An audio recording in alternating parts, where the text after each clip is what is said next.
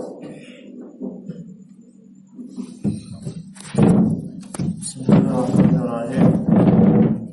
Innal hamdalillah nahmaduhu ta'ala wa nasta'inuhu wa nastaghfiruh. Wa na'udzu billahi min shururi anfusina wa min sayyiati a'malina. May yahdihillahu fala mudilla lahu wa may yudlil fala hadiya lahu. Ashhadu an la ilaha illallah wahdahu la sharika lahu wa ashhadu anna Muhammadan 'abduhu wa rasuluhu sallallahu alaihi wa ala alihi wa sallama tasliman katsira. Amma ba'du. Saudara-saudara kaum muslimin, bapak-bapak yang saya muliakan dan saya hormati, ikhwani fid din, azzani wa azzakumullah wa barakallahu fikum. Allah Subhanahu wa taala menjelaskan di dalam Al-Qur'anul Karim bahwasanya ada di antara hamba-hamba Allah yang mulia. Dengan kemuliaannya itulah menimbulkan, Allah berikan pada mereka kecerdasan, kepintaran, kejeniusan yang Allah tanamkan di dalam diri mereka. Siapakah orang-orang tersebut? Allah Subhanahu wa taala menyebutkan, "Inna fi khalqis samawati wal ardh wa ikhtilafil laili wan nahari laayatin lil albab alladzina yadhkuruna Allaha qiyaman wa qu'udan wa 'ala junubihim wa yatafakkaruna fi khalqis samawati wal ardh rabbana ma khalaqta hadza batilan subhanaka faqina 'adzabannar." Sesungguhnya di dalam penciptaan langit dan bumi dan perputaran siang dan malam benar-benar ada tanda-tanda kebesaran Allah kepada orang-orang yang mulia. Siapakah orang-orang mulia itu? Allah menyebutkan yaitu ulil albab. Dijelaskan di buku terjemahan Al-Quran terjemahan dan dikuatkan dalam tafsirnya, tafsir Ibnu Katsir, tafsir At-Tabari dan kitab-kitab tafsir. Ulil albab ini adalah orang yang mulia yang diberikan kecerdasan. Bagaimana ciri-ciri orang mulia yang diberikan kecerdasan tersebut? Yaitu orang-orang yang senantiasa beribadah pada Allah, orang-orang yang senantiasa menunaikan hak-hak Allah di waktu berdiri, di waktu duduk, dan di waktu mereka berbaring. 3 poin, dikuatkan poin yang keempat. Alladzina yadhkuruna Allaha qiyaman wa qu'udan wa 'ala junubihim wa yatafakkarun. Dan mereka senantiasa mempelajari dan mendalami dari apa hakikat penciptaan Allah yang Allah perlihatkan di permukaan bumi dan langit ini, dan juga apa yang Allah sebutkan penciptaannya di dalam Al-Quran dan hadis-hadis Nabi sallallahu alaihi wasallam. Inilah ciri-ciri orang-orang yang mulia dari antara hamba-hambanya yang mulia yang Allah tanamkan pada mereka kecerdasan. Maka mari kita menjadikan diri kita termasuk hamba-hamba tersebut, karena sedikit sekali dari hamba-hamba tersebut yang bisa Allah berikan. Makanya Allah Subhanahu wa taala menyebutkan, apa man syarahallahu sadrahu lil Islam fa huwa 'ala nurin min rabbih fawailul lil qasiyati qulubuhum min dzikrillah. Apakah sama orang-orang yang kami lapangkan dada mereka? Apa man syarahallahu sadrahu? Apakah sama dengan orang-orang yang kami lapangkan dada mereka untuk menerima Islam, untuk menjalankan syariat Islam, untuk menunaikan hak Allah? Apa man syarahallahu sadrahu Islam fa huwa 'ala nurin min rabbih, dalam keadaan dia senantiasa mendapatkan cahaya dari Rabb-Nya. Dengan orang-orang yang keras hatinya, dengan orang-orang yang berat lisannya, dengan orang-orang yang susah anggota tubuhnya di dalam menjalankan ketaatan pada Allah Subhanahu wa taala, menjalankan dan memenuhi hak-hak Allah dan melaksanakan kewajiban-kewajiban.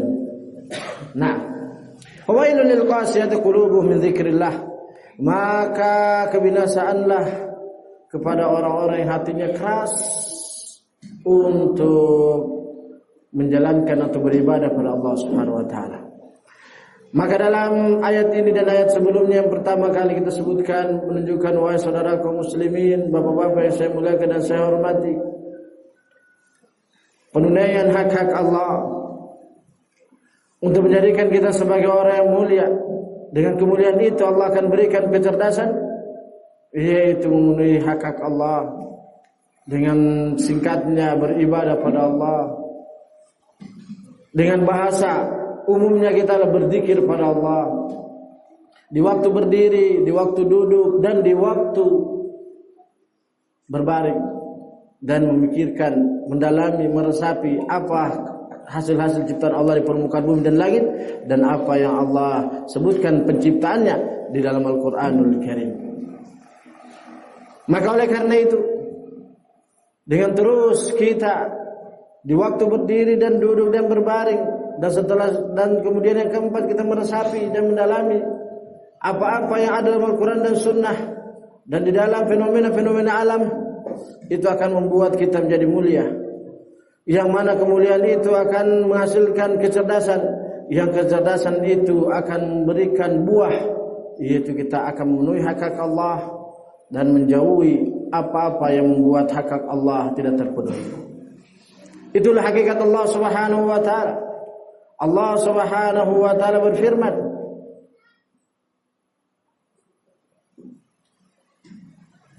"Wa'bud rabbaka hatta ya'tiyakal yaqin." Beribadahlah kamu kepada Rabbmu wahai Muhammad sampai datang kematian padamu.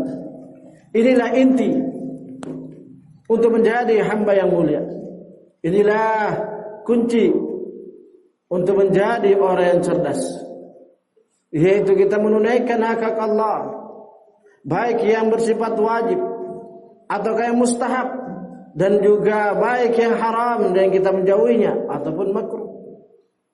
Maka kita akan menjadi hamba-hamba yang mulia, yang dengan kemuliaan itu Allah akan berikan kecerdasan.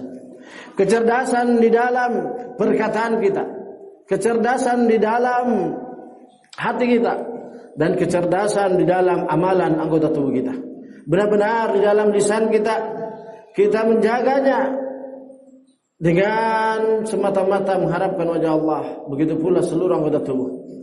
Maka oleh karena itu, inilah hakikat kecerdasan yang Allah Subhanahu wa taala sebutkan di dalam banyak ayat dalam Al-Qur'anul Karim. Naam. Wala taqfu ma laysa laka bihi ilm. Inna as-sam'a wal basara wal fu'ada kullu ulaika kana anhu mas'ula. Janganlah kamu mengikuti apa yang kamu tidak memiliki ilmu darinya, yaitu dari Allah Subhanahu wa taala. Jangan kamu ikuti, karena sesungguhnya pendengaran, penglihatan dan hati semuanya akan diminta pertanggungjawaban. Kenapa? Karena kunci kemuliaan seorang hamba yang menghasilkan kecerdasan pada hamba tersebut terletak pada 3 anggota tubuh ini. Penglihatan, pendengaran, dan hati. Kalau ini sudah mulia 3 anggota tubuh tersebut, maka yang lainnya akan otomatis dia akan menjadi seperti 3 anggota tubuh itu. Wallahu akhrajakum fi butuni ummahatikum la ta'lamuna syai'a wa ja'ala lakumus sam'a wal absara wal af'idata la'allakum tashkurun. Kata Allah Subhanahu wa taala, dialah Allah yang mengeluarkan kalian dari perut ibu kalian dalam keadaan tidak memiliki, tidak mengetahui sesuatu apapun, dalam keadaan bodoh, dalam keadaan tidak pintar, dalam keadaan tidak memiliki kemuliaan sedikit pun dari. Kemudian Allah menjadikan dari pengeluaran kalian, dari kalian keluar dari perut ibu kalian itu, Allah memberikan kalian pendengaran, penglihatan dan hati. Tujuannya 3 ini adalah untuk kalian bersyukur. Jelas dalam tafsirnya, yaitu supaya kalian menunaikan hak-hak Allah. Karena namanya bersyukur pada Allah Subhanahu wa taala, yaitu dengan menjalankan ketaatan padanya dan menjauhi kemaksiatan kepadanya. Sebagaimana dikuatkan dalam hadis yang sahih, yaitu ketika Rasulullah sallallahu alaihi wasallam salat malam sampai bengkak kakinya, sampai pecah kakinya, Aisyah radhiyallahu taala mengatakan, "Ya Rasulullah, lima sana'ta hadza wa qad ghafara Allahu laka ma taqaddama min dhanbika wa ma ta'akhkhar." Wahai Muhammad, ya Rasulullah, Kenapa engkau melakukan hal ini? Engkau beribadah dengan payah, dengan capek, dengan lelah, dengan sekuat tenaga. Padahal Allah sudah memberikan engkau rekomendasi. Allah sudah mengampuni dosa-dosa yang telah lewat, dan yaitu mengampuni dosa-dosa yang akan datang. Apa jawaban Rasulullah SAW? Afala akunu abdan syakura? Apakah aku tidak menyukai Aisyah untuk menjadi hamba yang bersyukur?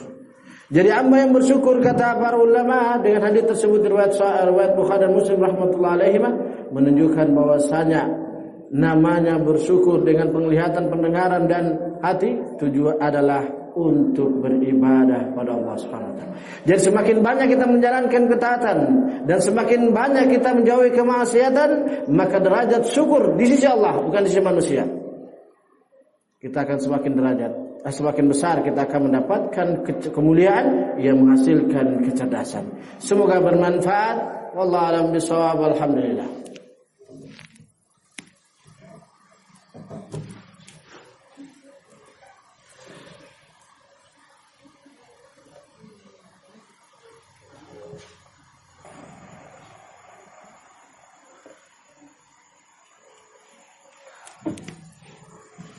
Alhamdulillah, wassalatu wassalamu ala Rasulillah wa ala alihi wa sahbihi wa man tabi'ahum bi ihsanin ila yaumiddin.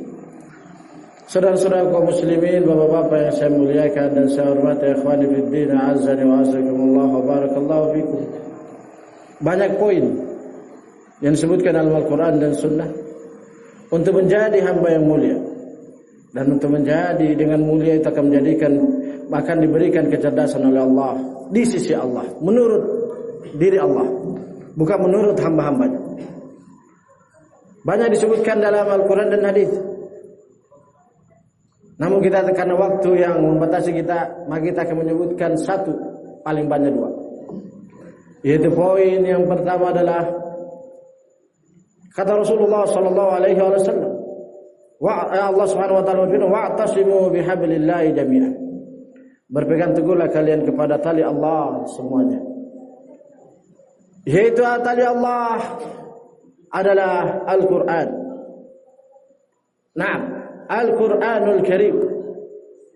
Semakin dalam, semakin semangat kita di dalam membacanya dan memahami artinya, sekaligus tafsirnya dan mengamalkannya, semakin kita akan mencapai derajat yang mulia, dan dengan mulia itu akan menghasilkan kecerdasan.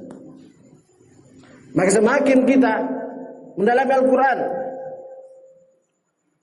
kenapa? Karena dari zaman Abu Bakar dan seluruh para sahabat yang terakhir menyebutkan bahwasanya kami mendapatkan kemuliaan dan kami mendapatkan kesuksesan melalui Al-Quranul Karim. Dan tidak akan mungkin Islam sukses di zaman sekarang dan terus sampai hari kiamat kalau bukan jasa-jasa mereka itu. Abu Bakar, Umar, Utsman, Ali dan seterusnya. Tidak akan mungkin kita merasakan Islam sebagaimana kita rasakan sekarang kalau tidak ada jasa para pahlawan Islam itu. Dan para pahlawan Islam itu semua sepakat bahwasanya inti kesuksesan yang mereka rasakan adalah dengan sebab Al-Quran. Poin yang terakhir, yang kedua adalah yaitu pasangannya Al-Quran. Wan najmi idza hawa ma dhalla sahibukum wa ma ghawa wa ma yantiqu 'anil hawa in huwa illa wahyuha. Demi bintang-bintang bersama gugusannya. Ma dhalla sahibukum wa ma ghawa, tidaklah sahabat kalian Nabi Muhammad SAW tersesat dan tidak pula menyimpang. Wa ma yantiqu 'anil hawa, dan tidaklah dia berbicara dari hawa nafsu atau dari kepintarannya, dari akalnya, kecuali apa ucapan dari wahyu yang diwahyukan. Maka ini kemuliaan seorang hamba terletak pada dua poin ini. Bagaimana caranya kita mendalaminya? Yaitu dengan kita mempelajarinya, dengan membacanya siang dan malam, pagi dan sore, maka kita akan merasakan kenikmatannya. Semakin banyak kita membacanya, semakin banyak kita akan mendapatkan ilmu darinya. Semakin kurang kita di dalam mempelajarinya, membaca yang mana Poin pertama untuk bisa mempelajari dan membacanya, maka semakin minim kita mendapatkan ilmu darinya, dan dengannya kita akan terluputkan kemuliaan. Kalau kita sudah luput dari kemuliaan, kecerdasan itu akan memudar sedikit demi sedikit dari diri kita. Kecerdasan menurut sisi Allah Subhanahu wa taala, bukan menurut manusia. Karena kalau menurut manusia banyak orang pintar, tapi di sisi Allah belum tentu dia pintar. Itu harus dipahami. Nah, karena itulah suatu kenyataan yang tidak bisa untuk dipungkiri, namun bukan di sini pembahasannya. Semoga bermanfaat. Saya mohon maaf atas waktu yang diberikan. Semoga Allah Subhanahu wa taala memberkahi kita semua, dan semoga Allah Subhanahu wa taala menjadikan kita termasuk hamba-hambanya yang mulia, dan termasuk hamba-hambanya yang diberikan kecerdasan, yang mana pondasinya dari dua poin tersebut, kemuliaan dan kecerdasan tersebut, pondasinya adalah Al-Qur'an dan Sunnah Rasulullah SAW, dengan mendalaminya, mempelajarinya dan meresapinya, kemudian diamalkan. Rabbana la tuzigh qulubana ba'da idh hadaytana wa hab lana min ladunka rahmatan innaka antal wahhab. Subhanaka Allahumma wa bihamdika asyhadu an la ilaha illa anta astaghfiruka wa atubu ilaik. Wassalamu alaikum warahmatullahi wabarakatuh.